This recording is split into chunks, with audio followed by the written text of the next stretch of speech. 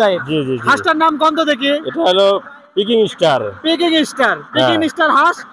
এটা কি ওয়েটের জন্য নাকি? এটা আসলে মাংসের জন্য। এটা দর্শকের দেখাই। এই যে দেখেন ক্যাম্বেল হাঁস, মানে ডিম উৎপাদনের জন্য এটা একটা বেস্ট, মানে যারা ডিমের জন্য উৎপাদন করতে যাবে তাদের জন্য এটা ভালো। আচ্ছা ভাই, হাঁসটা আমরা একটা ডিম হাতে নেই। এই দেখেন দর্শক, ডিমের সাইজ তো মাশাআল্লাহ অনেক ভালো ভাই।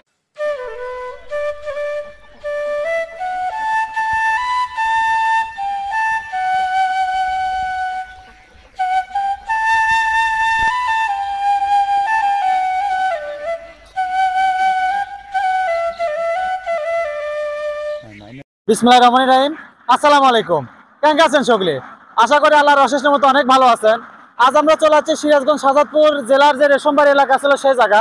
আজ আমার পিছে প্রায় হাঁস আছে ১,৫০০। আমরা একটা হাঁসের খামারে আসছি, ধরলা নদীর তীরে। এই খামারটা অবস্থিত উন্মুক্তভাবে এই হাঁসগুলো পালন করা হয়। এই হাঁসের খামারে প্রায় ১,৫০০ হাঁস আছে, অর্থাৎ ১৫০০ হাঁসের খামার। এই হাঁসের খামার মোটামুটি বাণিজ্যিকভাবে গড়ে তোলা হয়েছে ডিম উৎপাদনের জন্য, মাংস উৎপাদনের জন্য। আজকে আপনাদের জানানোর চেষ্টা করব যে কিভাবে হাঁসগুলো পরিচর্যা করার, এতগুলো হাঁস উন্মুক্ত ভাবে কিভাবে পালন করে। তো এখানে মালিক পক্ষ আছে আমাদের সাথে, তা আমরা জানানোর চেষ্টা করব কিভাবে তারা এই এতগুলো হাঁস পরিচর্যা করে এবং কি পরিমাণ বেনিফিট আসতেছে মাসে, সেই জিনিসটা আপনাদের মাঝে তুলে ধরবো ইনশাল্লাহ। আমার সাথে এই জায়গাতে আছে প্রথমে হাঁসের যে মালিক, সে ভাই। আপনার নামটা? আসসালামু আলাইকুম। আপনার নাম ভাই? আমার নাম মোহাম্মদ হিরা আহমেদ। হিরা আহমেদ। আর এই পাশে আছে যে হাঁসের দেখাশোনা করে। আসসালামু আলাইকুম ভাই, আপনার নামটা একটু বলেন তো দর্শকের উদ্দেশ্যে। আনোয়ার হোসেন। তো আপনারা তো মোটামুটি হাঁসগুলো পরিচর্যা করেন, তাই না ভাই? তো আগে মালিক পক্ষের কাছে যাই। আচ্ছা ভাই, আপনার এই মানে যে খামারটা আছে, এই খামারের লোকেশনটা একটু বলে দেন তো সর্বপ্রথম। লোকেশন এটা হলো ধলাই নদীর পাশে, শাহজাদপুর থানা, জেলা সিরাজগঞ্জ। জেলা সিরাজগঞ্জ। আপনার যে এখানে হাঁস আছে, কতগুলো হাঁস আছে? এই ১৪০০ প্লাস, প্রায় ১৫০০ কাছাকাছি।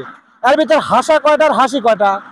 আশা আছে শতকরা ১০টা, মানে ১০০তে 10টা করে দিছে। এই হিসাবে ৪০টার মতো হাঁসা আছে। ১৪০টা পুরুষ আছে। আচ্ছা, আর বাদ বাকি যা আছে সব মহিলা? সব মহিলা।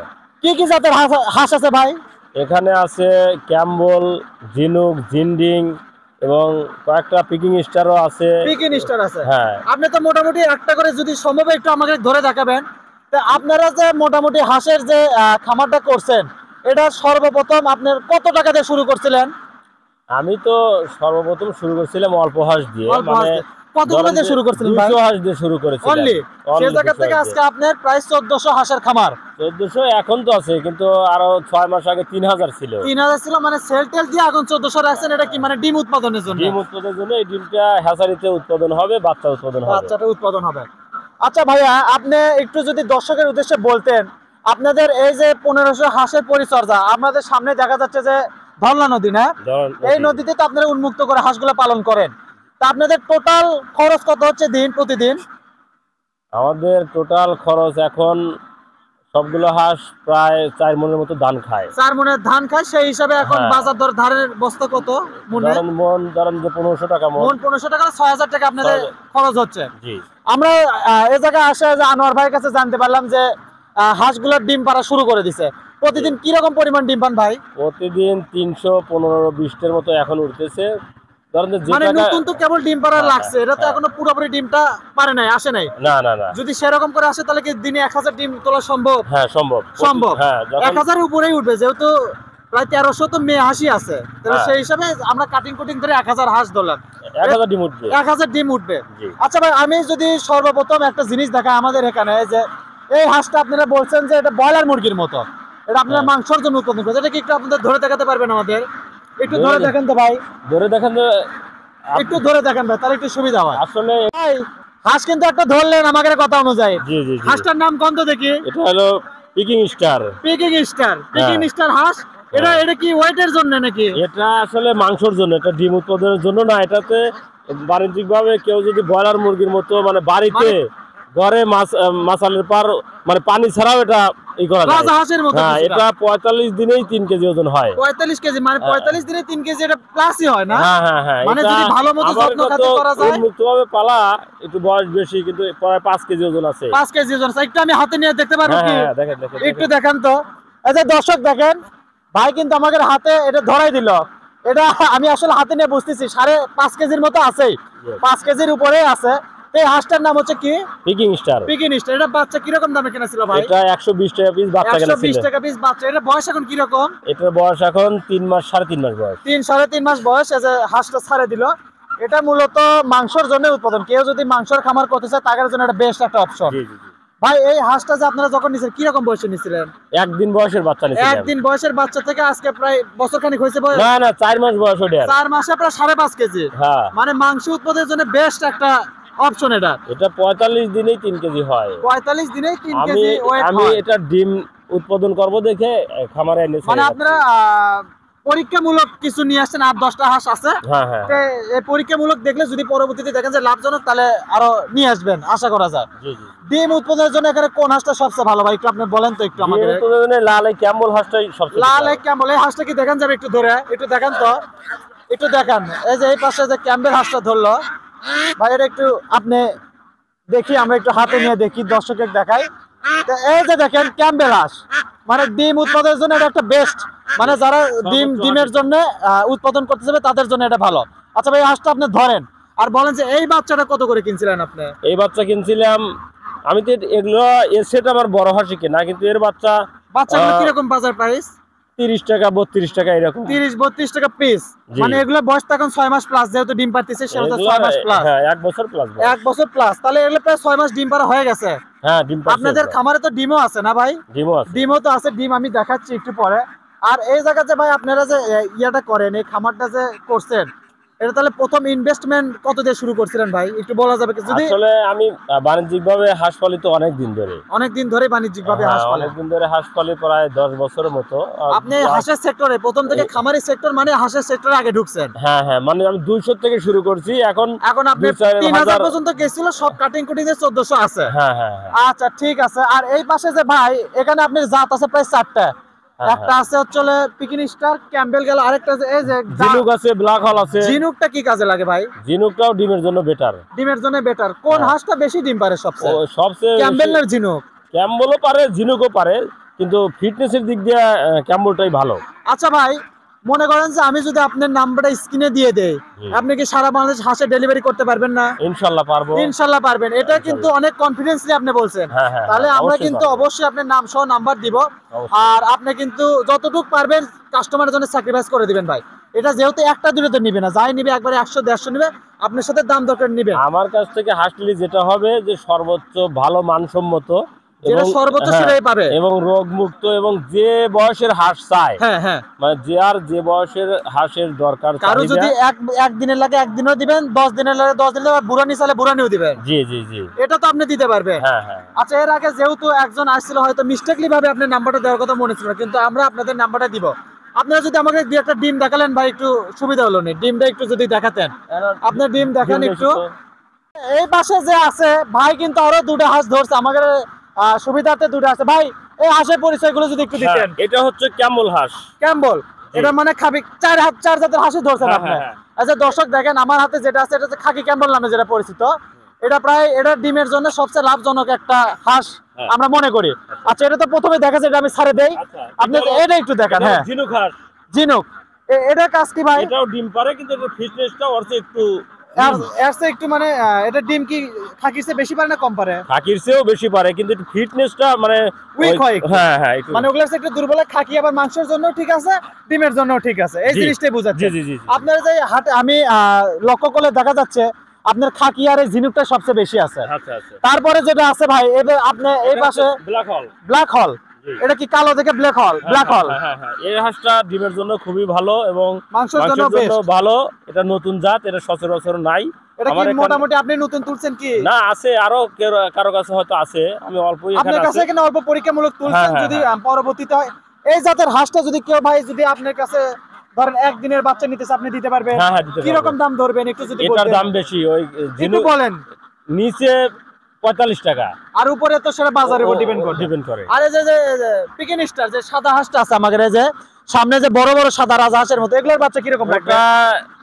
ধরেন যে বাজার অনুযায়ী বলতে হবে। এখন ওটা যেহেতু আপনি এখনো বলতে পারলেন না, আমি নিজেই 120 টাকা পিস কিনছিলাম। এখন তারপরে বাজারে যদি কম হয় কম হবে। তাহলে এটা যদি দর্শক আপনি নিতে চান একদিনের বাচ্চা, তাহলে 45 টাকা সর্বোচ্চ পর্যন্ত রাখতে পারবেন। তারপরে যদি কেউ যদি 2-1000 নেয় সেক্ষেত্রে তো কিছু কম বেশি অবশ্যই আছে, কমতে পারে, বাড়তে পারে। অবশ্যই আছে, কম বেশি আছে। তারপরে ভাই এটা আমি ছাড়ে দেই, ছাড়ে দেওয়ার পরে যে এই পাশে একটা হাঁস আছে ভাই, এটা কি হাঁস? এটা জিন্ডিং। জিন্ডিং। জি। এটা কিসের জন্য ভাই? মাংস না? না, এটাও মাংস প্লাস ডিম, ভালো জাতের হাঁস। ভালো জাতের। এই এই এই জাতের বাচ্চা কি রকম প্রাইস রাখবেন? ওই ক্যাম্বল হাঁসের দামের মতোই দাম। আচ্ছা আচ্ছা, মানে প্রায় 45 টাকা 46 টাকা, মানে 50 এর এদিক ওইদিক। না না না, এটার বাচ্চার মূল্য 35 থেকে 40। এটা বাচ্চা একটু কম আছে। জি। ওই ক্যাম্বেলও 35 টাকা দর্শক, আর এই যে এটা আছে এটা কি বললেন? এটা জিন্ডিং। জিন্ডিং হাঁস, এটাও কিন্তু 35 থেকে 40 টাকার মতো দাম আসবে। তবে এর ভিতর কথা আছে, যদি বেশি হাঁস নেই অবশ্যই কিছু কম বেশি হবে। ভাই এই যে এই পাশে আমরা দেখতেছি হাঁসের ডিম, এই যে আনোয়ার ভাই হাঁসের ডিমটা যে গোছাচ্ছে, আমরা একটা ডিম হাতে নেই। এই দেখেন দর্শক, ডিমের সাইজ তো মাশাআল্লাহ অনেক ভালো।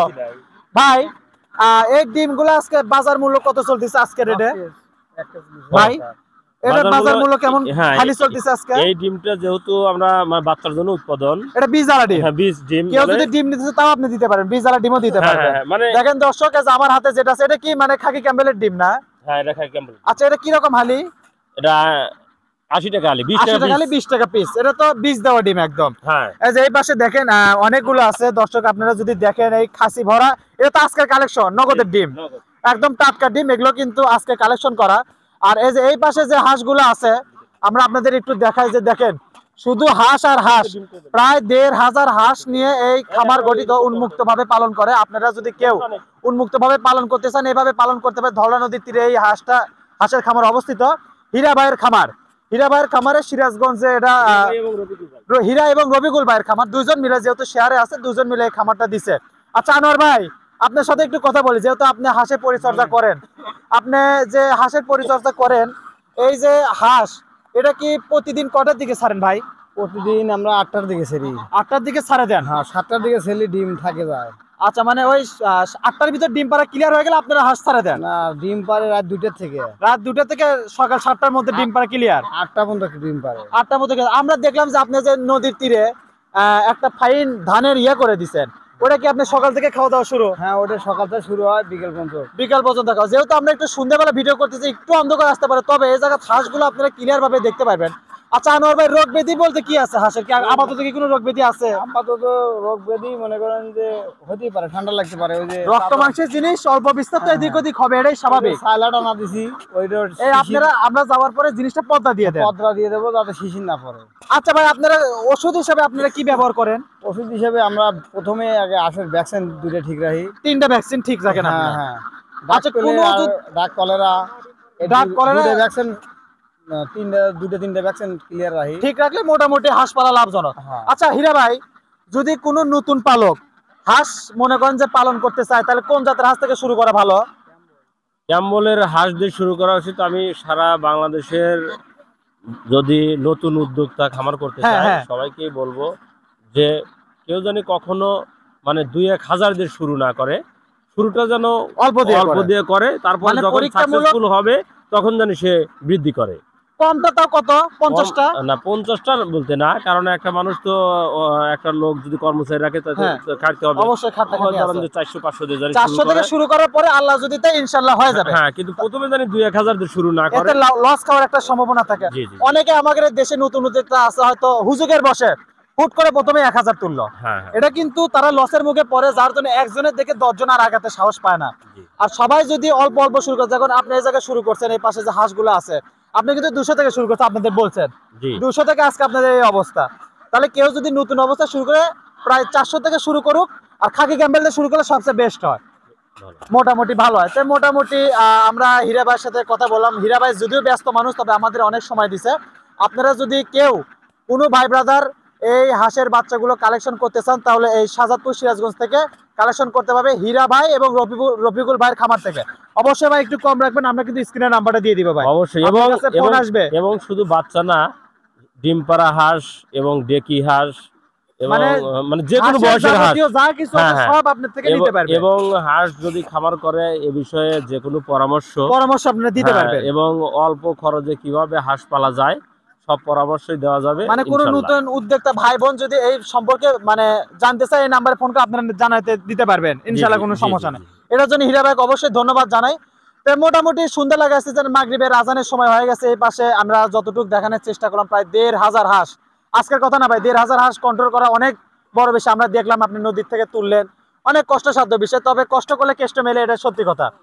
তা মোটামুটি এই ছিল আজকে হীরা ভাইয়ের হাঁসের খামারের ভিডিও। আমরা হীরা ভাইয়ের সাথে কথা বললাম, আনোয়ার ভাইয়ের সাথে কথা বললাম, আরো 2-1টা ভাই আছে যারা আমাকে কথা বলে শোনালো। যদি কোনো ভাই ভাইদের কোনো পরামর্শ লাগে অবশ্যই তারা আপনাদের হেল্প করবে, ইনশাল্লাহ কোনো সমস্যা নাই। তা আপনাদের যদি হাঁস লাগে অবশ্যই স্ক্রিনে দেওয়া নাম্বারে যোগাযোগ করবে, তারা যে কোনো হাঁস আপনাদের সুলভ মূল্যে দিতে পারবে, ইনশাল্লাহ কোনো সমস্যা নাই। তা সবাই ভালো থাকেন, সুস্থ থাকেন, আজকের মতো বিদায় জানাই। আবারও অন্য কোনো ভিডিওতে দেখা হবে। আমাদের যে চ্যানেল আছে, পেজ আছে, অবশ্যই একটা ফলো সাবস্ক্রাইব করে আমাদের পাশে থাকবেন, পাশে থেকে অবশ্যই সাহায্য করবেন। সবাই জানে আজকের মতো বিদায়, আল্লাহ হাফেজ, আসসালামু আলাইকুম।